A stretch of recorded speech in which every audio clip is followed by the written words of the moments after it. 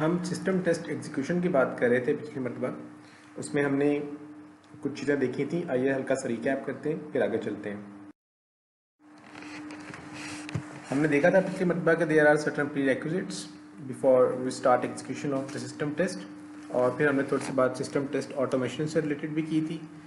Eventually हमने देखा था कि हमारे पास एक टेस्ट एग्जीक्यूशन डॉक्यूमेंट होता है, वर्किंग डॉक्यूमेंट, जिसमें हम रिकॉर्ड कर रहे होते हैं कि कौन से टेस्ट इंजीनियर्स क्या काम कर रहे होंगे और किसको कौन सा टेस्ट बेड या टेस्ट केस एलोकेट हुआ है, and projected versus execution, actual execution का रेट भी हम उसमें नोट कर रहे होते हैं।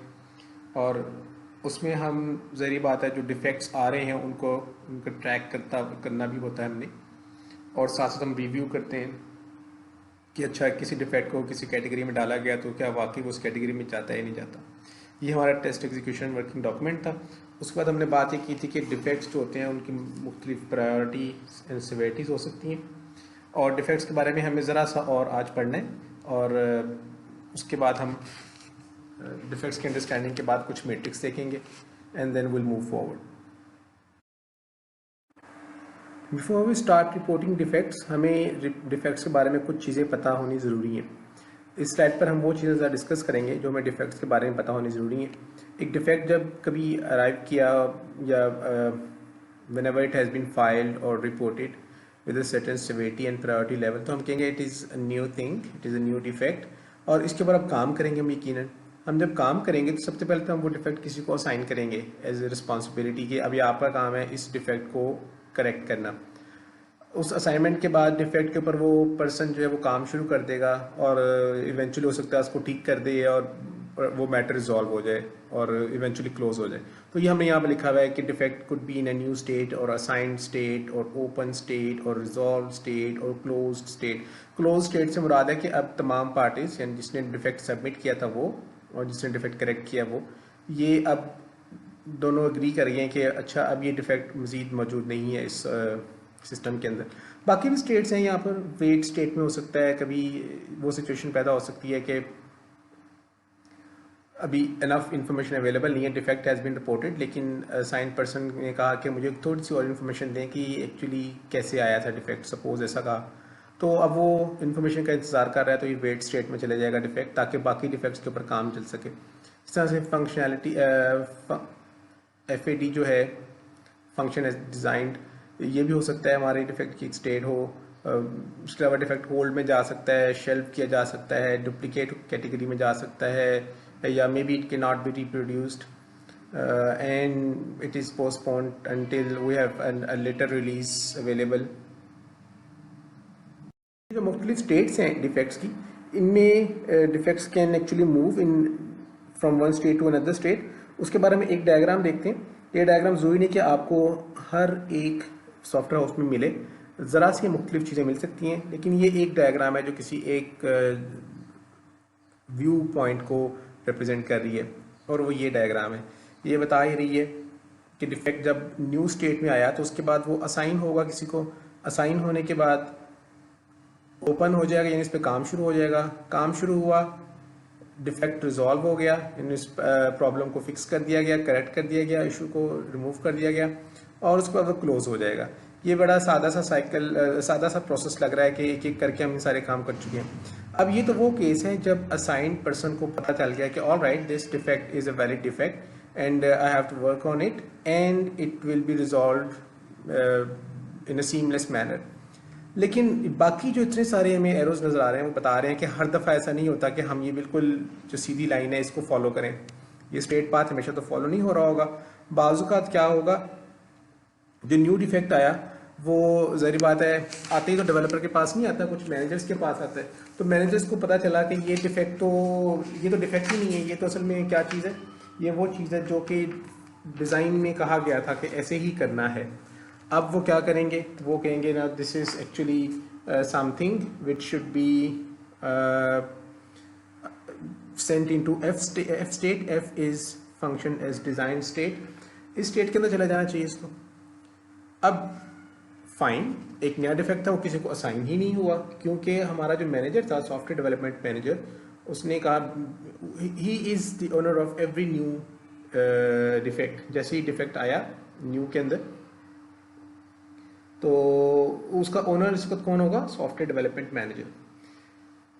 वो तो कुछ चीज़ें रिकॉर्ड कर देगा इस डिफेक्ट के बारे में। वो कहेगा कि जी अच्छा ये डिफेक्ट आईडी क्या है, किस तारीख को सबमिट हुआ, किसने सबमिट किया, यानी जो सबमिटर होगा उसका नाम, ओनर तो ये खुद होगा, उसके बारे में कुछ कुछ सिवियरिटी, प्रायोरिटी, रिप्रोड्यूसिबिलिटी, उसकी कैटेगरी, किस वर्जन में, किस बिल्ड में, इस तरह की चीज़ें बता देगा वो। और साथ ही अगर उसने डिटर्मिन किया कि ये तो FAD है तो कहेगा and we should not worry about it. FAD को थोड़ा सा बाद में हम फिर डिस्कस करेंगे कि FADs को रिजॉल्व कैसे करते हैं कि वो वाकई FAD है या नहीं। अच्छा, FAD से मुराद है फंक्शन एज डिजाइंड।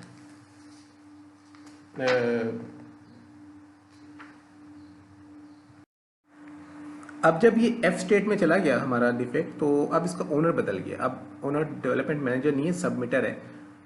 वो अब इसकी स्टेट चेंज करेगा। वो कहेगा नहीं, this needs to be assigned to somebody. अब वो कैसे होगा हम कुछ देर बाद देखते हैं। अच्छा, बिल्कुल ऐसे ही शुरू की स्टेट के अंदर, शुरू की स्टेट में जब आपका डिफेक्ट पड़ा हुआ है एन स्टेट या न्यू स्टेट, वहाँ से डेवलपमेंट मैनेजर ये भी कह सकता है कि this defect can not be fixed at the moment because of certain reasons. For example there could be multiple reasons, but लेकिन वो कहते हैं कि ये डिफेक्ट जो है हमारा, it should enter the shelved state S, इसको यहाँ पे मेंशन किया गया। मतलब इसकी कुछ मिसालें मेरे ज़हन में जो आ रही हैं वो ये हो सकती हैं कि मिसाल के तौर पे हम स्लेट की तरह का कोई सिस्टम इस्तेमाल कर रहे हैं, कोई LMS है, कोई भी हो सकता है।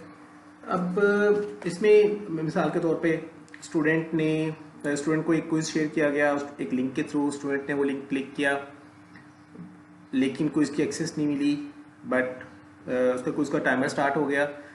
किसी और तरह से स्टूडेंट ने क्विज को जब अटैम्प्ट करने की कोशिश की, एक्सेस मिल गई उसको जब, तो उसके क्विज के पहले 3 मिनट ज़ाया हो चुके हुए थे और it should be reported as a defect. अगर हम देखें तो suppose it has been reported as a defect, लेकिन बाय द प्रोडक्ट मैनेजर, जो भी हमारा सॉफ्टवेयर डेवलपमेंट मैनेजर, उसकी तरफ से इसको शेल्फ कर दिया गया कि नहीं, अभी इसको रिजॉल्व नहीं कर सकते। बिल्कुल ऐसे ही they could be another example कि स्टूडेंट ने क्विज का जवाब देते हुए कुछ सबमिट किया, सबमिट का बटन प्रेस किया, लेकिन resource become unavailable. When the resource becomes unavailable, अब this should again be reported, but once again it has been shelved suppose. या क्विज का कोई रिपोर्ट करता है कि क्विज़ के आंसर्स जो हैं वो प्लेन टेक्स्ट में पड़े हुए हैं। अब ये रिपोर्ट तो हो गया, लेकिन ये भी हो सकता है शेल्व हो जाए। ये देयर मेनी रीजंस एक्चुअली जिसकी वजह से डिफेक्ट्स शेल्व किए जा सकते हैं, चाहे उनकी हमने सिवियरिटी हाई भी बताई हुई हो। ऐसे क्यों होता है? बाज़ का होता है कि इस तरह के डिफेक्ट का impact on operations in the operational environment जो है वो बड़ा कम होता है। जैसे कि अगर हम स्लेट की एग्जांपल अपने लिए ही ले लें, तो हमारे पास स्लेट के क्विज वाले मॉड्यूल का इस्तेमाल बहुत कम है, नेग्लिजिबल है, बल्कि ज़ीरो ही है। अब इस तरह की सिनेरियो में अगर हम क्विज वाले मॉड्यूल के बारे में कोई चीज़ रिपोर्ट कर भी दें, तो इसका बाकी पूरे एनवायरनमेंट को फ़र्क नहीं पड़ रहा होता, तो हम कहते हैं अभी इसकी ज़रूरत नहीं है, लेट्स शेल्व दिस डिफेक्ट। या बाज़ का होता है कि ऑर्गेनाइजेशंस कहती हैं कि we need a lot of resources to actually resolve this issue and we can not actually use those resources at this moment, या we do not have those resources at the moment, तो हम इसको shelve कर देते हैं, तो इसको shelve कर दिया जाता है। तो इस तरह से हमारा डिफेक्ट जो वो न्यू स्टेट से शेल्फ में या FAD में जा सकता है। अब वो अगर असाइन में आ गया, तो असाइन में आने के बाद वो हो सकता है कि जिस पर्सन ने इस पर काम शुरू किया, तो वो पर्सन अब कहे कि नहीं, this defect is actually something which is a function as designed, वो वहाँ से भी FAD में जा सकता है। और वहाँ से वो डिफेक्ट कोर स्टेट में जा सकता है, जो कि हमारी P स्टेट है। P स्टेट क्या चीज़ है? P स्टेट से मुराद है कि पोस्टपोन कर दिया जाए इसको, यानी all right we know this is a defect, लेकिन अभी इसको रिजॉल्व नहीं कर सकते इस करंट स्टेट के अंदर, करंट रिलीज़ के अंदर, सॉरी। हम क्या करेंगे, अगली रिलीज़ में इसको मैनेज कर चुके होंगे, तो वो ईजिली हमारा P स्टेट पे चला जाएगा। P स्टेट पे जाने के बाद यकीनन जब वो पोस्टपोन स्टेट पे आएगा, अगली रिलीज़ में वो वहाँ से असाइंड स्टेट पर आ जाएगा, it will not be a new defect. जब हम असाइंड स्टेट से हम आगे गए, जो हमारी ओपन की स्टेट है, वहाँ पे हो सकता है कि पता चले while working on this defect that this defect needs some additional information from the submitter, तो वहाँ से वेट स्टेट में चला जाएगा। वो ये उस केस में भी हो सकता है कि डिफेक्ट जो इरिप्रोड्यूसिबल है, तो वहाँ तो ये ओ से इरिप्रोड्यूसिबल स्टेट में चला जाएगा। तो बाकी आप जरा देख सकते हैं चीज़ें कि इवेंचुअली जो हमारा डिफेक्ट है वो क्लोज्ड स्टेट पे जाके रुक जाएगा। दूसरी तरफ से जो हमारा डिफेक्ट रुक रहा है वो FAD वाली स्टेट पर रुक रहा है। ये दो स्टेट्स हैं जहाँ से कोई आउटगोइंग एरो नहीं है। क्लोज स्टेट तो बड़ी इजी समझ आती है क्या चीज़ है। FAD में क्या होता है, FAD स्टेट में अगर डिफेक्ट आ गया तो अब होगा ये कि कुछ टीम्स बैठेंगी, फॉर एग्जांपल डेवलपर्स की तरफ से रिप्रेजेंटेटिव भी होगा, कस्टमर की तरफ से भी रिप्रेजेंटेटिव होगा, या अगर कस्टमर का रिप्रेजेंटेटिव नहीं मौजूद तो यहाँ पे आपको जो भी हाईएस्ट लेवल का अपने टीम में लोग मिलते हैं वो बैठे हुए होंगे और वो डिसाइड करेंगे कि क्या ये वाकई फंक्शन एज डिज़ाइंड है या नहीं। उस तरह की सिचुएशन में क्या होता है, इस तरह की सिचुएशन में जो पॉसिबिलिटीज़ हो सकती हैं वो ये हो सकती हैं कि हम बताएं इस डिफेक्ट रिव्यू मीटिंग के बाद, आपको याद होगा आखिरी पॉइंट डिफेक्ट रिव्यू मीटिंग का था हमारे इस वर्किंग डॉक्यूमेंट के अंदर। इसके बाद हम बताएंगे कि असल में ये डिफेक्ट जो था ये जिसने प्रोड्यूस किया है, जिसने एक्चुअली रिपोर्ट किया है, वो उसको सबमिट करने वाला जो है वो उसको प्रॉपरली देख नहीं सका कि ये डिफेक्ट नहीं है और वो कुछ किसी वजह से वो ये काम कर नहीं सका और उसने इसको एज ए डिफेक्ट रिपोर्ट कर दिया। इस तरह ही केस में इस डिफेक्ट को FAD स्टेट में रखा जाएगा, यानी F स्टेट में रखा जाएगा और उस सबमिटर को बता दिया जाता है कि आपने इसको इनकरेक्टली डेजिग्नेट किया as a defect, it was not a defect.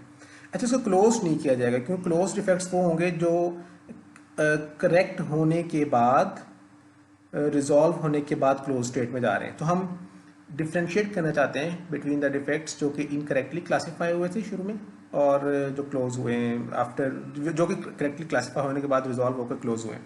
क्योंकि हमने कुछ देर बाद देखना है कि हमने एफिशिएंसी परफॉर्मेंस वगैरह देखनी होती है टीम्स की, तो उसमें हमें क्लोज डिफेक्ट्स को अलग से डील करना पड़ता है।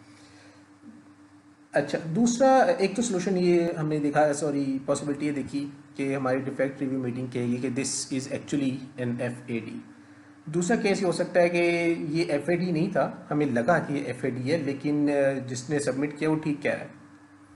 तो अब जो डिफेक्ट है वो दोबारा फिर असाइंड स्टेट में आ रहा है। अगर आप एरो देख सकें तो F से A पर एक एरो आ रहा है। तीसरी क्या हो सकती है, तीसरी हो सकती है कि हम सजेशन दें कि अच्छा ये हमने तो एज डिज़ाइन ही फंक्शन करवाया है सिस्टम को, लेकिन शायद कहीं डॉक्यूमेंट्स में मिसिंग है, कहीं रिक्वायरमेंट्स में मिसिंग है, तो अब ये फीचर एनहेंसमेंट की रिक्वेस्ट इसके अगेंस्ट एक जनरेट होनी चाहिए to keep the record straight. और फीचर एनहेंसमेंट रिक्वेस्ट के अगेंस्ट अब ये दोबारा फिर असाइंड स्टेट में जाएगा और असाइंड स्टेट से इसके बाद यहाँ बताया जाएगा कि हमें कुछ सर्टेन डॉक्यूमेंटेशन चाहिए होगी, कुछ सर्टेन प्लान्स चाहिए होंगे। ज़ाहिर बात है उसमें अगर कॉस्ट का फैक्टर है तो वो भी शायद डालना पड़ेगा। और वो डालने के बाद अब जो असाइंड स्टेट में सबमिटर ने मूव किया इस डिफेक्ट को, अब उसके अगेंस्ट जो सबमिटर है वो एक न्यू रिक्वायरमेंट टाइप की चीज़ भी जमा करवाएगा साथ, और उस रिक्वायरमेंट के अगेंस्ट अब इस डिफेक्ट को इवेंचुअली उस पर काम करके ओपन स्टेट में ले जाएंगे और रिजॉल्व करके क्लोज कर देंगे। अब यहाँ से ये क्लोज हो रहा है क्योंकि इसके ऊपर हमने एक्टिविटी परफॉर्म की है एक्स्ट्रा। सिर्फ जो पहला केस था जिसके अंदर हमें बाकी पता चल गया था ये FAD है, it was incorrectly classified as a defect, वहाँ पर हमने इसको F पे रखा। बाकी दोनों केसेस में हम इसको क्लोज्ड वाली स्टेट में लेके जाएंगे। तो इस तरह से हम डिफेक्ट्स को देख रहे होते हैं और डिफेक्ट्स मुख्तलिफ स्टेट्स चेंज कर रहे होते हैं। जो यहाँ पर जैसे मैंने पहले भी कहा, ये जो डायग्राम नज़र आ रही है ये ज़रूरी नहीं है कि हर जगह पर बिल्कुल ऐसे ही हो रहा हो। कुछ चीज़ें जो स्ट्रेट पाथ हैं ये बिल्कुल ऐसे ही चल रहा होगा, न्यू से, असाइंड से, ओपन से, रिजॉल्व से, क्लोज तक का। अब ये हो सकता है कि जो हमने FAD स्टेट पे लेके जाना है ये न्यू से ही FAD में जा रहा हो सकता है वो हमेशा असाइंड से जाते हो कुछ ऑर्गेनाइजेशंस के अंदर, और शेल्ड स्टेट में शायद असाइंड से कभी ना जा सकते हो, न्यू से ही शेल्ड स्टेट में जाते हो। This is quite possible. It depends कि किस तरह के रोल कौन प्ले कर रहा है किसी ऑर्गेनाइजेशन के अंदर। कुछ और जो हमें डिटेल्स यहाँ पे देख लेनी चाहिए वो ये है कि जब हम ओपन स्टेट में बैठे होते हैं या हमारा डिफेक्ट जब ओपन स्टेट में होता है तो उस वक्त वो वहाँ से क्या कहाँ कहाँ पर ट्रेवल कर सकता है। एक तो स्टेट है रिप्रोड्यूसिबल स्टेट, इसमें क्या होगा, जो इस वक्त असाइन स्टेट ओपन स्टेट का ओनर जो होता है वो हमारा डेवलपर होता है। न्यू स्टेट का ओनर हमारा कौन था, प्रोडक्ट जो सॉफ्टवेयर डेवलपमेंट मैनेजर था। एफ स्टेट का ओनर कौन था, एफ स्टेट में अगर डिफेक्ट है तो डिफेक्ट का ओनर कौन था, या क्या कहते हैं उस वक्त उसको कौन चेंज कर सकता है, ओनर वो होता है जो स्टेट चेंज कर सकता है डिफेक्ट की। तो अगर फैट स्टेट में है, एफ स्टेट में है, तो उस वक्त हमारा जो सबमिटर है सिर्फ वही स्टेट चेंज कर सकता है उसकी। तो यहाँ पर ओनर जो है इस वक्त डेवलपर है, और developer is unable to reproduce the defect. तो वो क्या करेगा, वो कहेगा सबमिटर को कि इसकी दिस इज रिप्रोड्यूसिबल, इसकी स्टेट आप दोबारा से चेंज करें वंस इट बिकम्स रिप्रोड्यूसिबल, और there is some other thing, for example कोई इन्फॉर्मेशन ऐड की जा सकती है, तो फिर आप इसकी स्टेट दोबारा फिर असाइन कर दीजिएगा। आपको लगता है कि रिप्रोड्यूसिबल ही रहेगा तब तो कोई बात नहीं है, असाइन कर दें, विल लुक इनटू इट। फेट स्टेट में है, once again we need some additional information, और वो इन्फॉर्मेशन जब मिल जाएगी तो दोबारा फिर ये असाइन स्टेट में आ जाएगा। रिजॉल्व स्टेट में अगर आ गए तो रिजॉल्व स्टेट में आने के बाद क्या किया जाएगा, इसकी ओनरशिप वंस अगेन सबमिटर की हो जाएगी, जो कि ये बताएगा कि all right now this has been resolved up to satisfaction of the submitter also. अभी तक तो रिजॉल्व हुआ up to satisfaction of the developer only. तो अब वो वहाँ से जो आपका सबमिटर है, क्योंकि उसको ओनरशिप दे दी है, वो उसके कि हाँ now this resolve up to my satisfaction, तो वो उसको क्लोज स्टेट में ले जाएगा। लेकिन अभी इसका मतलब सिर्फ इतना सा है कि रिजॉल्व किया है मैंने एज ए डेवलपर, अब सबमिटर विल टेल के ये ठीक रेजोल्यूशन है या नहीं। साथ कुछ हमें रिकॉर्ड करना पड़ेगा इन्फॉर्मेशन को, एक्चुअल फिक्स वर्जन, कि ये कौन से वर्जन में हमें वाला फिक्स मिलेगा, और ये कौन सी बिल्ड में मिलेगा। एक वर्जन की सॉफ्टवेयर के एक वर्जन की हो सकता है तीसरी चौथी बिल्ड हो जिसके अंदर चल रहा है, और हम इसको किस तरह से सॉल्व किया गया मसले को, और कहाँ कहाँ पर चेंजेस की गई हैं, इसकी इन्फॉर्मेशन लिखी होगी, और कब ये इवेंचुअली इसको करेक्ट किया गया इस मसले को। अच्छा, एक और मेरी फील्ड नज़र आ रही है, ये स्टेट नज़र आ रही है होल्ड की स्टेट। होल्ड की स्टेट से क्या मुराद है, होल्ड की स्टेट से मुराद है कि अब हम इस डिफेक्ट को अभी ठीक नहीं कर सकते, बिकॉज इससे पहले एक और डिफेक्ट ने ठीक होना है। सिस्टम क्रैश कर रहा है, हम कुछ नहीं कर सकते, क्योंकि सिस्टम जिस वजह से क्रैश कर रहा है अभी वो वजह ठीक नहीं हुई।